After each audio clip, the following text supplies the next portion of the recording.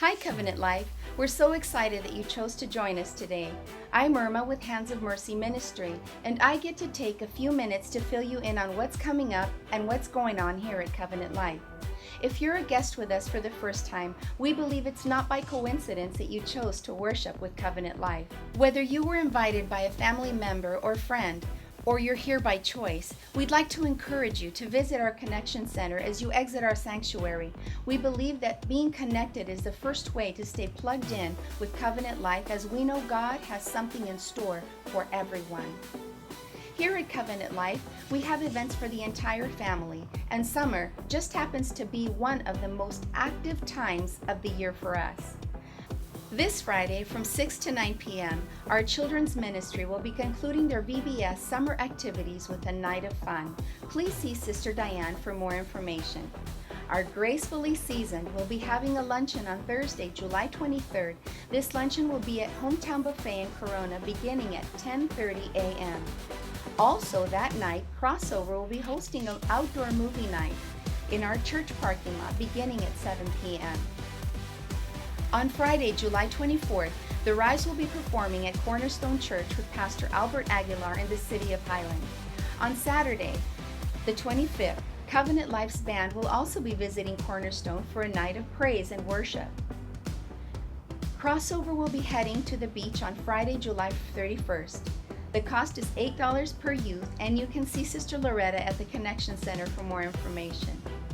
Our annual Pot Faith Church Picnic, which means to bring enough for your family and a little extra to share, will be held at Promenade Park on Sunday, July 26th. Make plans to join us on this Sunday afternoon for a time of fellowship, food, and special activities. On Sunday, August 2nd, Covenant Life will be joining Presence of the Lord for a special evening of fellowship and dinner. You must sign up at the Connection Center if you plan to attend this evening. On Wednesday, August 5th, Pastor Robert Crivelli from New Life Faith Center will be joining us for a special message. You do not want to miss this night. At our last water baptism service in March, Pastor Jesse baptized 8 individuals who proclaimed their faith to Jesus. We will have another opportunity for those wanting to dedicate their lives even more and take that next step in their walk with God on Sunday, August 9th. If you have any questions about water baptisms or are planning to register for this event, please stop by our Connection Center. On Friday evening, August 15th, we will be hosting a family movie night. We will be watching the movie Paddington. Bring the entire family out for a night of food and fellowship. That's it for this week on what's going on at Covenant Life, and remember, you can find all of this information and more online at covlifechurch.org. We look forward to communicating with you next week, so stay blessed, Covenant Life, and please welcome Pastor Jesse. Praise the Lord. Why don't you lift up your Bible? Say it like you mean it. This is my Bible, God's holy word, a lamp unto my feet and a light unto my path. Lord, speak to me today and use your word to transform my life. We're starting a little mini-series today. We want to share with you today about what happened to the saltiness.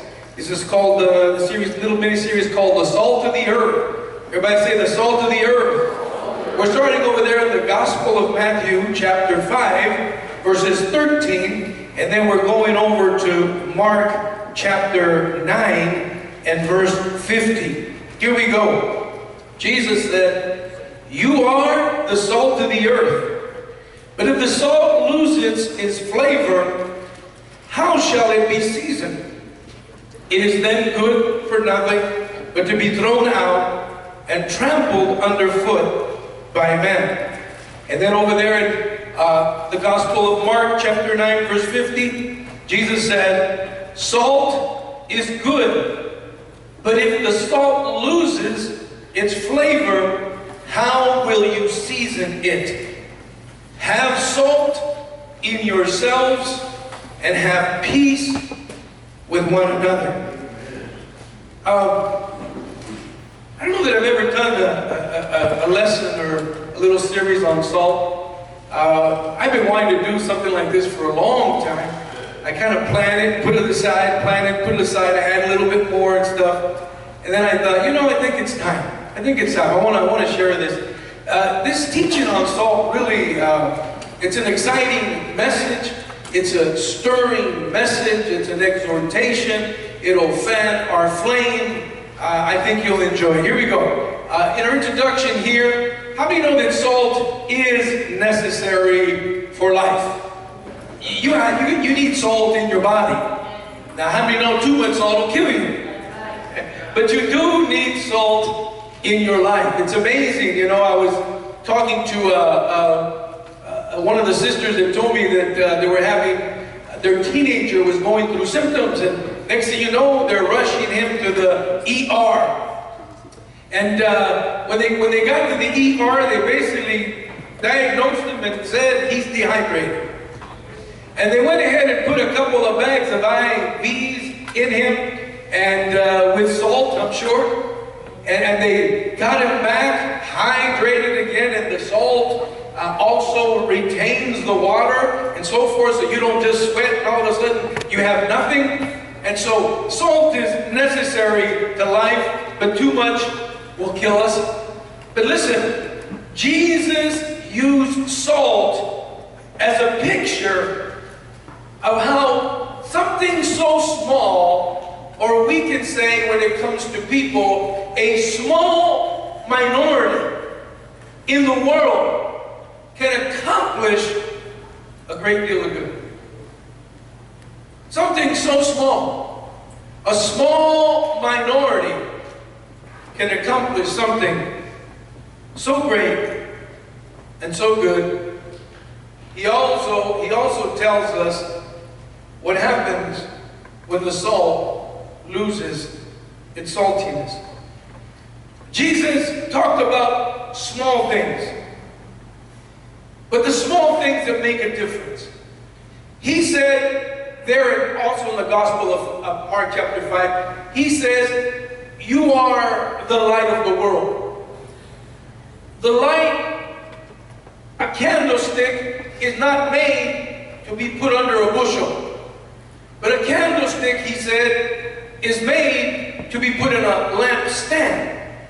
And how many know that when there is pitch darkness,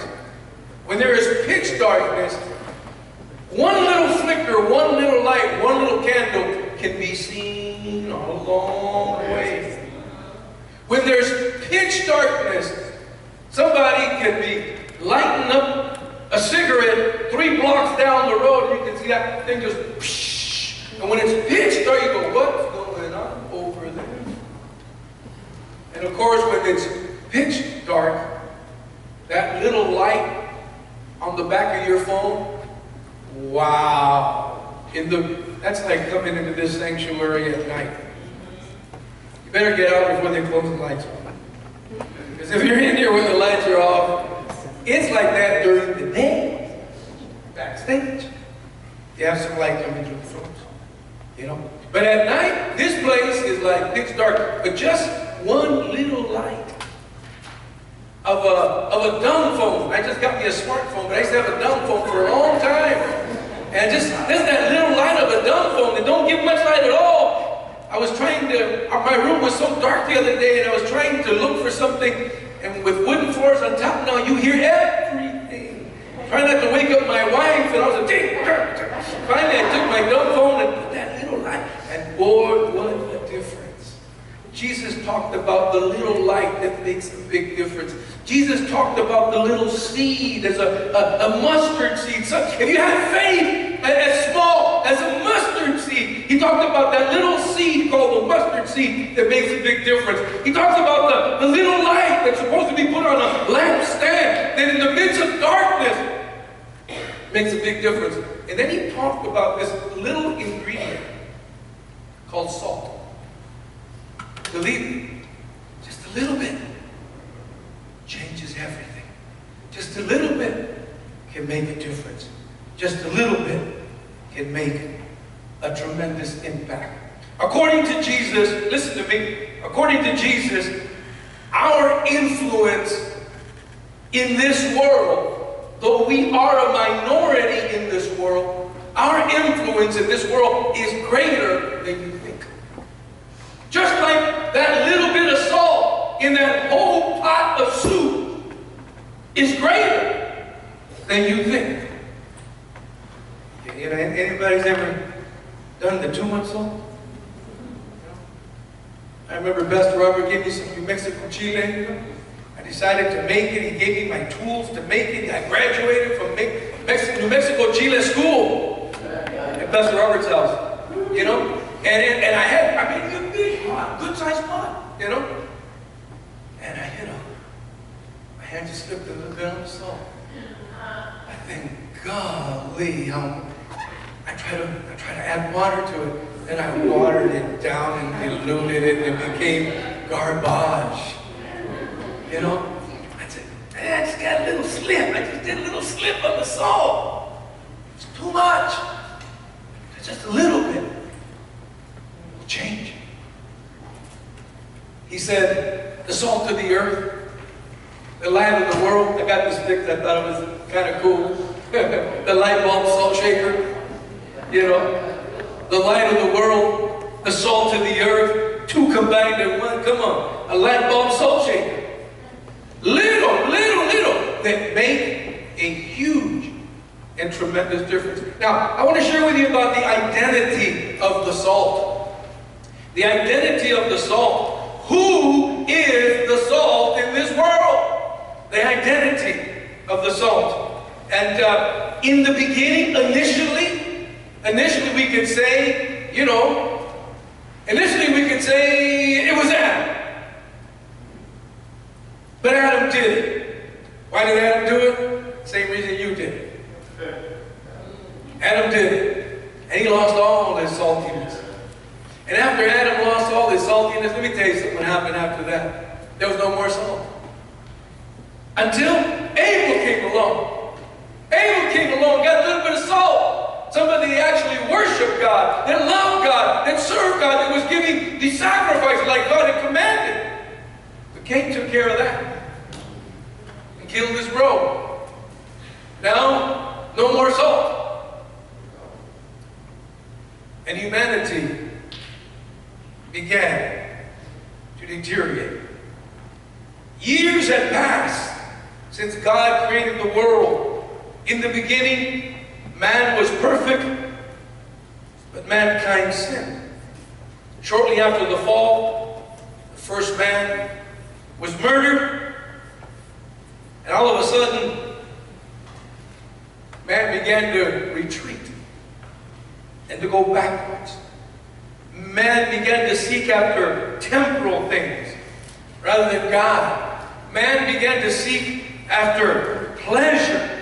In Genesis chapter 6, verses 1 and 2, it tells us that marriage was corrupted. Look what it says in Genesis 1 and 2. Now it came to pass when men began to multiply on the face of the earth, and the daughters were born unto them, that the sons of God saw the daughters of men, that they were beautiful, and they took wives for themselves of all whom they desired. No more of this thing that God created, this one man and one woman thing for a lifetime. None of that garbage. Everybody began to do what was right in their own eyes, the scripture says.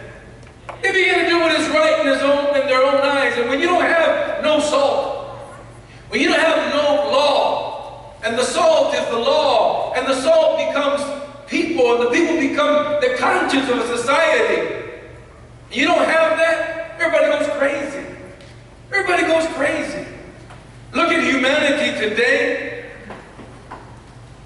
In Genesis 6 and 13 it says, and God said to Noah, the end of all flesh has come before me, for the earth is filled with violence through them.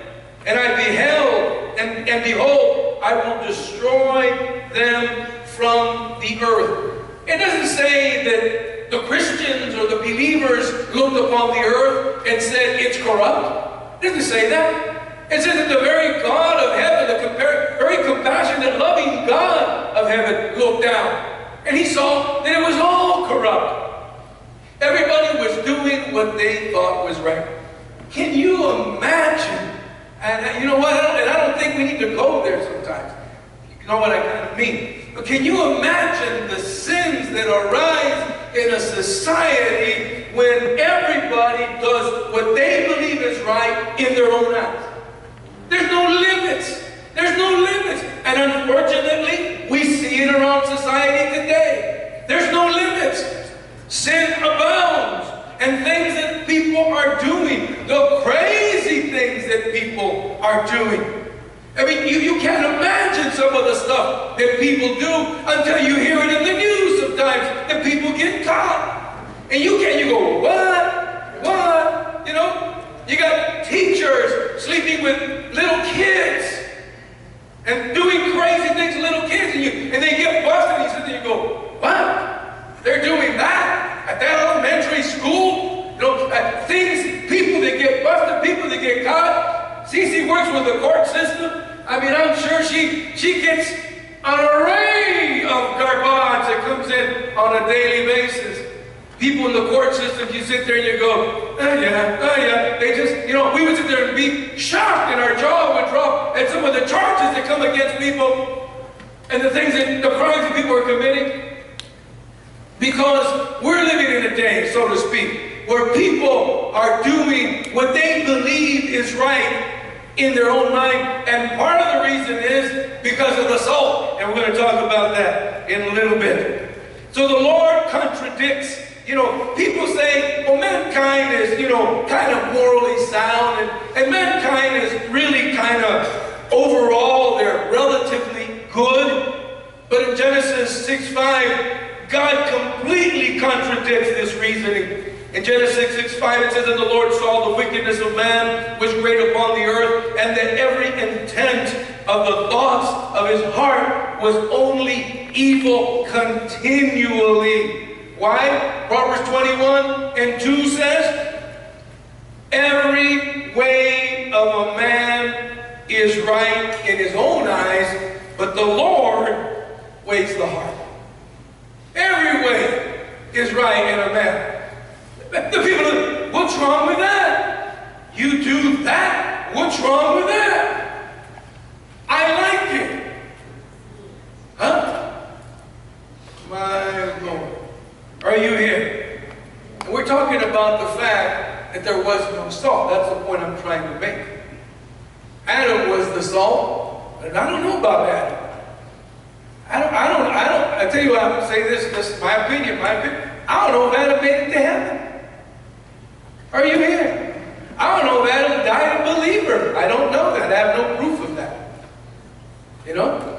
He trained his sons, and one killed the other, and then everyone else came along. And think about it. By the time God is ready to destroy the first world by the flood, he found one righteous soul. One. And his wife. And his 3 kids. And their wives, and one was shaky. You know that. That's all he could find. That's all he could find. And because there was no salt, so to speak, things happen like they happen. In Genesis chapter 18, 17, and 18, we begin to read now about the salt coming in. God found a man, and he found a family. Everybody say a family. And he found a little tribe there because he had men servants and women servants, and he had people that came in. He had a nice little group after a while there. You remember him and his family and those that were of his household went out and fought against kings and came back. And God said this about Abraham and why he was going to start with him and make a covenant with him. For I know him, and I know that he will command his household after him. And God found a new place to start. the salt. And this is the picture of the salt beginning to, though it's very few in number, beginning to infiltrate into the earth. And the salt beginning to have its effect. In Genesis 18, 17 and 18. And the Lord said, shall I hide from Abraham what I am doing? Since Abraham surely will become a great nation and a mighty nation, and all the nations of the earth shall be blessed of him. And now he's negotiating with the salt. And he's going to negotiate about Sodom and Gomorrah. And the salt says, Lord, shall you destroy the righteous with the unrighteous? What if there be 50? The salt began to infiltrate that rotten place called Sodom and Gomorrah. And he says, if there are 50 of them. And the salt said 40. And the salt said 45, 30, 35. Down all the way to 10. And he figured, that's enough. The salt has done its job and preserved. But in this case, there wasn't even 10. And destruction came to Sodom and Gomorrah. Every way of man is right in his own eyes. Unless he has a law, unless he has a guide, unless he has people around him that become a conscience to society, and everything he does, he thinks he's right. Every impulse of his body, he thinks is appropriate, he thinks it's right, and he says, yeah, I like it, why not? Huh? And then the salt became a nation. The salt became a nation. And Israel was now the salt of the earth. Now you kind of wonder, see, this little simple truth now begins to make sense. Because, if you read the Old Testament, it doesn't make sense on the surface. Listen to me. It doesn't make sense on the surface. It doesn't make sense how God wipes out people, nations. Just bam, just sweeps them out of the way and preserves Israel. There's no explanation for it. Except the fact that God is preserving the salt. Because without the salt, we're back to Genesis chapter 6. And the whole thing will rot. And so God finds himself eliminating the enemies of the salt, wiping out in some cases, because it doesn't make sense any other way, in some cases wiping out men, children, women, children, and beasts. Because those are trying to destroy and take out the salt. The only salt God has. And then, of course, we come to the church on the day of Pentecost. We come to the church of the living God. In Israel, and the church of the living God are the salt of the earth. The church of the living God is represented in every nation, in every tongue. Maybe a minority in every nation, in every tongue, but we're everywhere. A little salt. That's all that's needed. That's all God is using. It's all he needs to use. It only takes a small amount. I want to show you the salt people in action. Israel and the church of the living God, found in 2 Thessalonians chapter 2, verse 7. Listen, look at the influence of the salt. Look at the salt doing its thing. It says, for the mystery of lawlessness is already at work. Only he now who restrains will do so until he is taken out of the way. Talking about the fact of the church. When the church is taken out of the way, then the man of sin will be revealed. But until the church is here, the church is the salt. And it's still preserving. It's still infiltrating. We may be 2 cups full in a 20, 40-gallon thing, but we're making a difference. We're infiltrating. We go into everything. They don't even know it. We're in it. They don't even know it, but we're their conscience.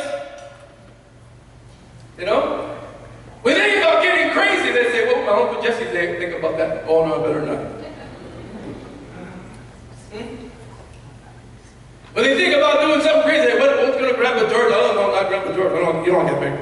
You don't want to get up Grandpa George's backside. Huh? Are you here?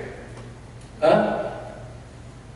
You don't want to get, oh no, Grandpa Richard will not approve of that. No way. Don't even think about it. Are you here? Huh? I know, I'm just saying, I don't know, I've never heard it, but I'm saying, I imagine that some people are saying, I better not do that because I'm going to run into somebody from coming at night. And they're going to look at me and go, brother, really? Come on. I don't want to hear it. All because of love. Can you say that?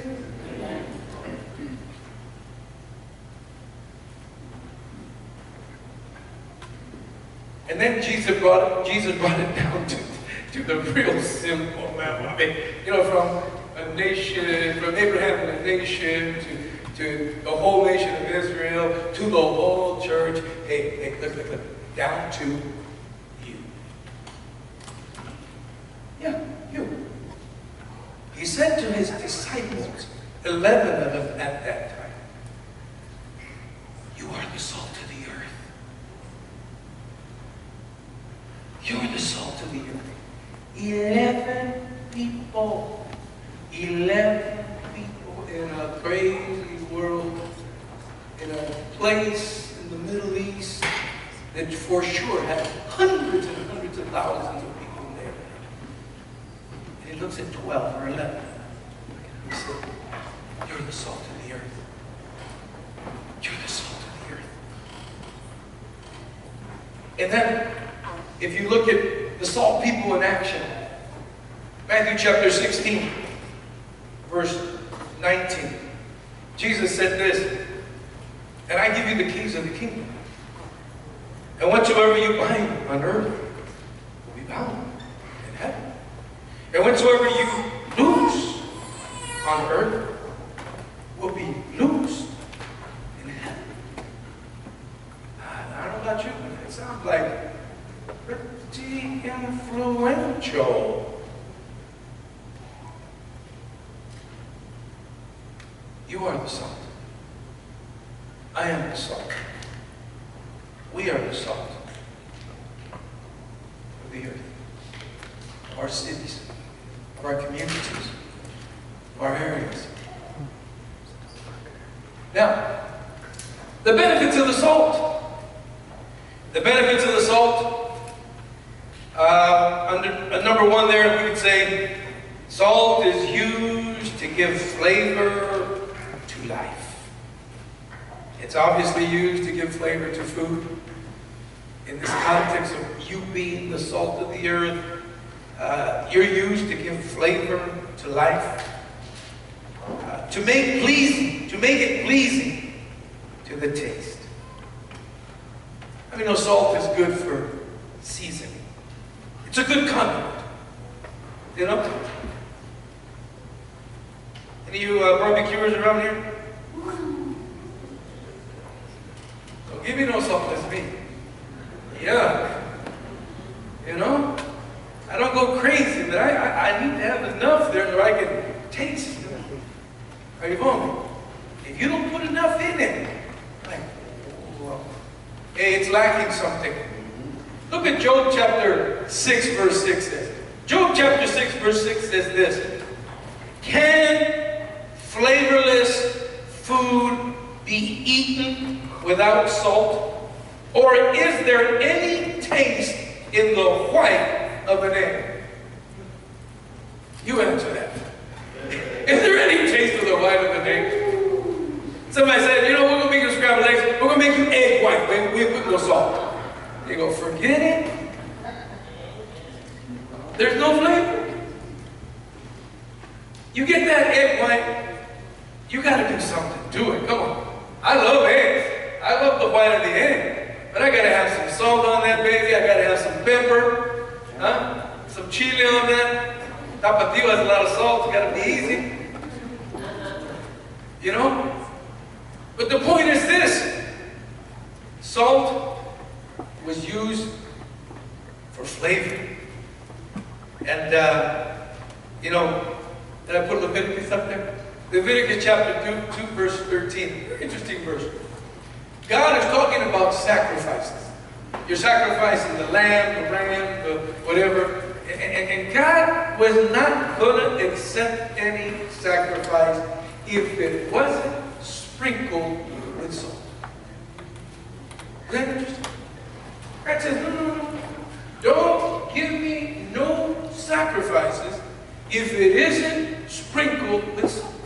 And so the priest would take the sacrifice, put it on the brazen altar, offer to the Lord, and then get handfuls of salt.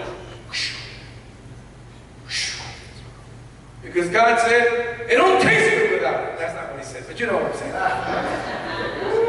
Y'all wanted it. He said, I want it seasoned with salt. And really, isn't it the God touched, the God influenced, the God-minded people that make this life good? I understand everybody may not claim to be a believer. Everybody may not claim to be Christian. But isn't those people that have a touch of God, are Christian, have a touch of God, or have a fear of God? You can have a fear of God and not serve the Lord. But it still comes back to God that make life what it is, and the blessing and the refreshing. You know? There's people doing little things called, I don't know what they call, pay it forward, pay it back, what's it called? Pay it forward. They'll go out there, and you'll drive through Wendy's or something, you know. All of a sudden you get there and they go, I'm ready to leave. Well, how much is it? You give me the stuff already. And they go, oh, it's free. Come on. He said, the lady in front of you paid for it. You know? Now, maybe she is a Christian. Maybe she's a believer, but maybe she's just a God-fearing person. Are you following me? That are willing to do things and step out. Let me tell you about God-fearing people. God-fearing people are secure people, and they're able to do things that other people don't do. God-fearing people are eternally mature people, and they're able to do things and give things away because they know they got a blessing in eternity. Are you following me? And they can do things, and they can position themselves to do things that other people just would never do. But because they're God-fearing, they're God-secure, and they're God-mature. And, you know, my wife and I were driving to Riverside the other day, and we saw a truck, and it had something on the back, and it got close to it. I like to read license plates and read truck. That'd be kind of, you know what I'm saying? And it said, those that die with the most toys were bad salesmen. You'll catch it on the way home. And you read those that died with the most toys wins? And I didn't get it at first. My wife started laughing, and I said, I don't get it. She goes, you die with the most toys, you're too dumb not to sell it before you go. So those that die with the most toys are dumb, bad salesmen. Because you should have sold it before you left, so you could enjoy it. The point is this. When you're spiritually secure, spiritually mature, you become spiritually gracious, and you become spiritually generous. And people do all kinds of things that nobody else on earth is even doing. Are you following me? In the dog-eat-dog world we live in the get all you can, sit on the can, or bury the can, ain't nobody doing any good stuff. It's God-fearing people or God-loving people that are secure, mature, generous, and gracious that make this life have so much taste. People do things for you. You know? How many of you, when you were a kid, somebody just did something for you? You didn't know why. You didn't know why they did it. You wouldn't have done it for them. You know 1,000 adults that wouldn't have done it for you, but they did it for you. And they added they changed this kid's life. They added salt. Are you following? Added flavor to my life. You know? How many people are doing things? How many people are older and retiring and they're passing things down graciously, generously, because they are spiritually secure and spiritually mature, and they become maturely generous and gracious. And they add so much to life.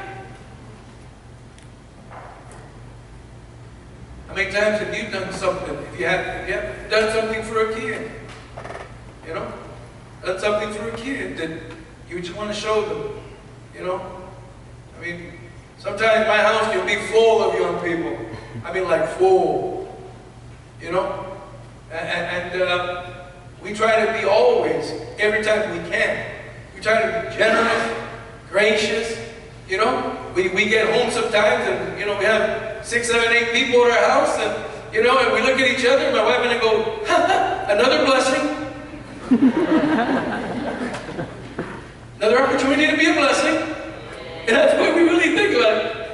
Okay, another blessing. We look at each other. She goes, yeah, another blessing. Take out something from the refrigerator. Take out this. I'm going to go get that. I'm going to cut the watermelon. I'm going to, another blessing. You know? But if you're spiritually mature and spiritually secure, you become spiritually generous and spiritually gracious, and hopefully you're lavishing on some young person, some kid. They go, wow, they're so kind. They're nice. They make my life so sweet. They didn't have to do that, but they did. You know? The salt of the earth. Wow. And then over there in Colossians chapter 4, verse 8, it says that our speech should be seasoned with salt. Our speech. It reads like this. Let your speech always be with grace, seasoned with salt, that you may know how you ought to answer each one. Seasoned with salt. Wow. That's going to change some of our talking. We just try to put that verse into practice. You know, you may have to tell somebody and say, could you just repeat what you just said? Hey, could you do me a favor? Could you season it with a little salt, please? Had too much chile? Could you season it with a little salt, please? Okay, let me repeat myself. And this time I'm going to put a little grace and season it with salt, that it would come across a little more pleasant to your ears. Huh? Yeah. Give you a little more flavor. Let me give you a little more flavor to what I said. You would enjoy it a little more. Let our speech be seasoned with salt. Salt is used, we said, to give flavor, as a good condiment. We also know that salt is used to heal or to restore. This picture reminds me of, I don't know why, maybe it reminds me of like Epsom salt, or somebody using these granules in these rocks, putting them in a hot bath, pouring some of this thing and this thing. Now just lay there for the next half hour in this thing. Just lay there for the next half hour. I never understood how the Epsom salt and things like that work. But I know that people have like sprained ankles or sprained parts of their body, and they're able to soak in salt, and salt heals. And I am told, as I understand, salt heals all wounds. If you have a wound, you know, and you use certain types of salts on that wound and bathe it, and it kills the infection, and it brings healing and so forth. Salt heals. Not only do we add flavor to life, but God uses us to bring healing. And how many times does that happen? How many times does that happen that somebody ends up coming to you? And these people sometimes don't even serve the Lord. You know, but hey, I want to talk to you. Hey, let me ask you a question. Or, hey, would you pray for me? You know, would you pray for me? I got a little situation. You know, like somebody came in and said, hey, can you throw a little bird, throw a few birds up for me? You throw a couple of few birds up for me. What? You know? Come here, let me pray for you. Salt heals. And then, of course, salt is used as a preservative. I never forget the day I was walking through, I forgot the name of that place in LA. Golly, it's Central America Road right there. MacArthur Park? That rings up? Yeah. MacArthur Park? By the lake there? And they have every kind of food. And I saw fish like this out at 3 in the afternoon, right there for you to buy. No refrigeration, anything. I thought, what the heck? And it was all full of salt. And I was just, I happened to ask, I wasn't going to buy any, but I just asked. I said, how come you got all the salt? Oh, so we don't run. It keeps it. The salt will keep it like that. Yeah, in the day. Yeah, in the afternoon. Yeah, with no refrigeration. Yeah. Couldn't rest that. You know, when I was in Oklahoma, one of the girls that I met over there, one of the, in fact, it was one of the, it was Chris Curry's, as a matter of fact. Glenn's Curry's wife. She told me that in Poland they didn't have no refrigeration. And she said all they do is get their meat and throw it in the cellar. And it would stay there like for weeks and months. And I said, you gotta be kidding. You have no refrigeration. You just throw meat in the dark cellar and it's good 4 months later. She goes, yeah. How's that work? I said, you rub salt into it. I said, really? What happens after 4 months? I said, the meat gets green. I said, oh. She goes, but all you do is just scrape the green off and scrape the salt off. And then you cook it, and it's good. Again, that one does not compute. Out here, you gotta have a freezer. You know? But it's a picture of what's going to happen when the trumpet sounds. And the salt comes off the fish of this earth. It'll begin to rot. In 7 years, the whole thing, nobody will recognize it. It'll have rotten so much. And society will have rotted so much. You know, we'll go back to the days of Noah, when everybody was doing what was right in their own eyes. And some people think that to kill 2 million people in the city and have no qualms about it, but 3 nukes, boom, boom, boom. Okay, we took that city out. Like if no lives, no people. We just get our purposes, our intentions. And we're going nuclear, guys. I want to let you know. You know, I'm trying to see how I can do a message entitled "The Bad News Among the Good News." This world's going nuclear. You know, something's going to happen in the next few months. Something's going to happen in the next few months. It looks like Israel is going to take out the nukes in Iran. It looks like. Right now, Netanyahu is positioning himself, saying, we do not agree with this plan of the United States. It's a bad deal. It's a bad deal. We're not bound to this plan. We're not bound to this plan. Tell them the whole world. You know? And people were saying they're going to strike within 3 months. Because within after that, they're going to have a nuke already. This place is going nuclear. I've just had to tell you that to say hang on to your belt, because you may hear something go boom, boom. It's not a commercial. Everybody will be hearing it. You know? Because if the salt gets taken out from this world, it's going to rot. How many know it's already rotting now? I'll tell you why it's rotting now. It's already rotting now, like never before. But once the salt's taken out, and then number 3, we'll probably have to close there's this little piece right here. Number 3, the tragedy of the salt. The tragedy of the salt is the salt is losing its flavor. Now, if you were to have this scene here. And they would have rubbed salt into that and it preserved. But then somebody brought in a brand new batch of fish, and you brought in a new batch of salt. It wasn't salty. Or was a little bit salty. Or not salty at all. What would happen to this fish? The fish would begin to rot. Even though you had salt on it, it began to rot because the salt had lost its flavor. And the tragedy of this salt, or of the salt he is talking about, is that the salt is losing its flavor.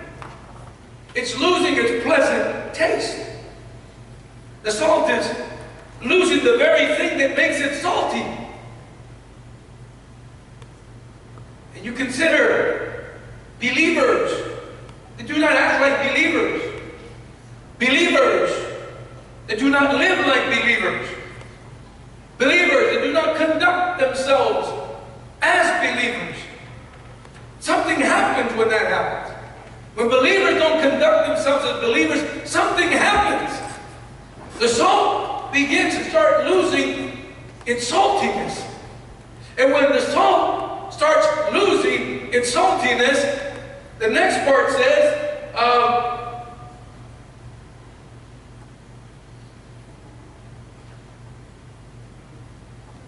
when the salt starts losing its saltiness, and the salt in us is Christ Jesus. When the salt starts losing its saltiness, Jesus said, what do you do with salt that's lost its saltiness? Somebody said, add salt to the salt. Jesus said, no. You can't add salt to the salt. When the salt has lost its saltiness, it's good for nothing. It's good for you to throw it out in the street and for it to be trodden upon. Because when salt has lost its saltiness, it's lost its purpose for which it was created, and has lost its purpose for which it was made. It's influencing nothing, and it's influencing nobody. There's no reason to call it salt anymore. Call it dirt.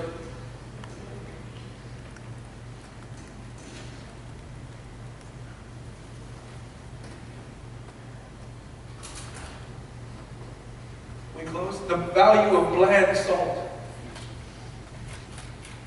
The value of salt isn't salt anymore.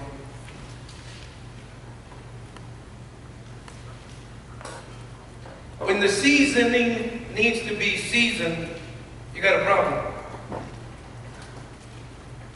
When the salt needs to be salted, you got a problem.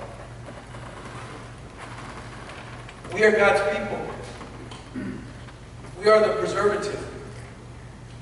But for that to happen, and for us not to get spoiled by sin, and for ours not to get spoiled by sin, and for those around us not to get fully spoiled by sin, because they're going to sin anyway, they don't know the Lord. We're going to have to stay salty, my friend. We're going to have to stay salty.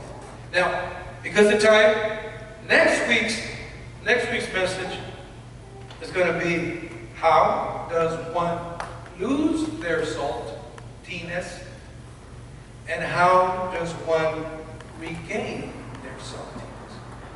We're going to look at how the salt loses its saltiness. At the same time, we're going to close with, how does the salt regain its saltiness? Because if we know situations, we know circumstances, and maybe somebody you know, or maybe you, maybe us, losing saltiness. At the same time, people lose saltiness, they don't even know they lost it. Everybody around them knows they lost it. They think they still got it. Everybody around them knows, brother, sis, you're edging away. You're slipping away. You know? But the good news is, We got to find out what made us salty in the first place and how to regain saltiness in our life, how somebody can become salty again and not be salty. There's lots of flavors. Stand with us today.